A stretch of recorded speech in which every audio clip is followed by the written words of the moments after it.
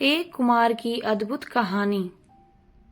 सफलता सक्सेस पाने के लिए हर व्यक्ति मेहनत करता है, लेकिन जैसे जैसे वह सफलता के नजदीक पहुंचता जाता है, उसके अंदर घमंड, ईगो आने लगता है और वह अपने आप को गुरु से ज्यादा बेहतर मानने लगता है। लेकिन जब वह बिना गुरु के मार्गदर्शन गाइडेंस में आगे बढ़ता है, तो उसे बहुत सारी परेशानियां प्रॉब्लम्स का सामना करना पड़ता है। तब उसे समझ आता है कि जिंदगी में गुरु क्यों जरूरी है। Importance of teacher. होता है, एक बार की बात है, एक गांव में एक कुम्हार रहता था। वह अपने परिवार का अच्छे से पालन पोषण करता था। उस कुम्हार का एक बेटा था जिसकी उम्र 15 साल थी। वह लड़का खेलता कूदता और पढ़ाई करता था, और कभी कभी वह अपने पिता की माटी के घड़े पॉट्स बनाने में मदद भी करता था। जब लड़का घड़े बनाता था तो वह घड़ा अपने पिताजी को बताता और पूछता कि पिताजी घड़ा कैसे बना है। तो उसका पिता देखता और बोलता, घड़ा तो अच्छा बना है, लेकिन इसमें एक कमी है, उसको ढूंढो और ठीक करो। तो लड़का उस घड़े को और अच्छे से देखकर उसमें सुधार कर देता, और हर बार जब लड़का घड़ा बनाता तो वह हर बार अपने पिता से पूछता कि पिताजी आज घड़ा कैसे बना है। तो उसका पिता देखता और बोलता, घड़ा तो अच्छा बना है, लेकिन इसमें एक कमी है, उसको ढूंढो और ठीक करो। हर बार कुम्हार यही बोलता तो बच्चा उस घड़े को दोबारा से देखता और फिर उस घड़े को और अच्छे से गोलाई देता। अब धीरे धीरे वह लड़का इसी तरह घड़े को बनाने लगा और अपने पिता से पूछता तो कुमार उसे वही जवाब देता कि इसमें थोड़ी कमी है, देखो और इसमें सुधार करो। और लड़का उसे देखकर ठीक कर देता और अच्छे से उस घड़े को गोलाई देता। और ऐसा होते होते एक समय ऐसा आया कि मार्केट में उस लड़के का घड़ा 500 रुपए का बिकता और उसके पिता का घड़ा 400 रुपए में बिकता। अब कुछ दिनों ऐसा ही चलता है और लड़का घड़े बनाते समय फिर अपने पिता से पूछता है कि पिताजी घड़ा कैसे बना है। तो पिता फिर वही जवाब देता है कि घड़ा तो सही बना है, बस थोड़ी सी कमी है, देखो और उसे सही करो। जैसे ही पिता ने ये बात बोली तो वह लड़का अपने पिता से बोलता है कि आप हमेशा यही बोलते हो, आपको कुछ नहीं पता, मेरा घड़ा मार्केट में 500 का बिकता है और आपका 400 का। मेरा घड़ा अच्छा बना है, आप हमेशा कमी निकालते हो। तो पिता चुप हो जाता है और फिर बोलता है, ठीक है बेटा, तुझे जैसा अच्छा लगे बना।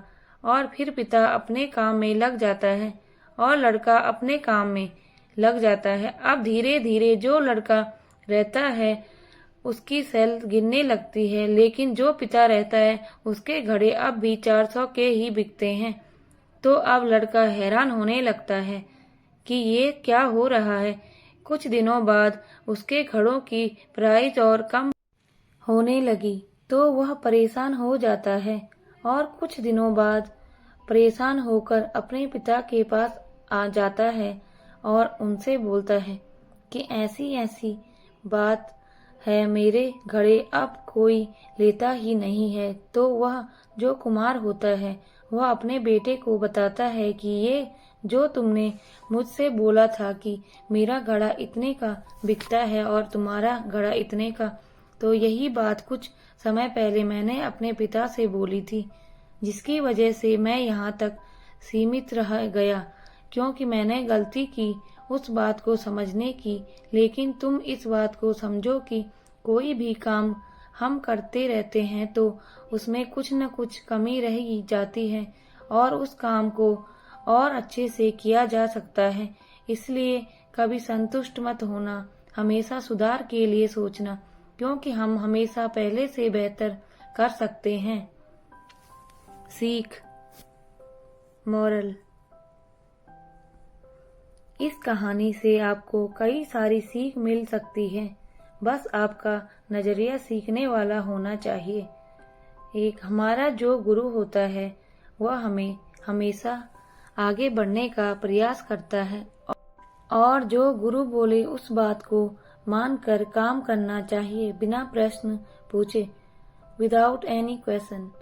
लेकिन गुरु भी सोच समझकर बनाना चाहिए। हमें कभी भी अपने आप में संतुष्ट नहीं होना चाहिए। उसको और अच्छा कैसे कर सकते हैं, इस पर ध्यान और लगन से काम करना चाहिए। किसी भी काम में कभी भी हमें घमंड नहीं करना चाहिए, क्योंकि जब घमंड, ईगो आता है तो हमारे सोचने समझने की शक्ति को खत्म कर देता है। तो जैसा कि इस कहानी में बताया गया है कि हमें कभी भी संतुष्ट, सेटिस्फाइड नहीं होना चाहिए। हम अपने काम को हमेशा और बेहतर, बेस्ट तरीके से कर सकते हैं। चाहे आप शेयर मार्केट में काम करते हो या नेटवर्क मार्केटिंग में आगे रहेंगे। जब तक आप अपनी गलतियों से सीखते रहेंगे और अपने काम को और बेहतर करते रहेंगे। दोस्तों, यदि आपको हमारी कहानी अच्छी लगी हो तो प्लीज़ लाइक, कमेंट, शेयर और सब्सक्राइब जरूर करना।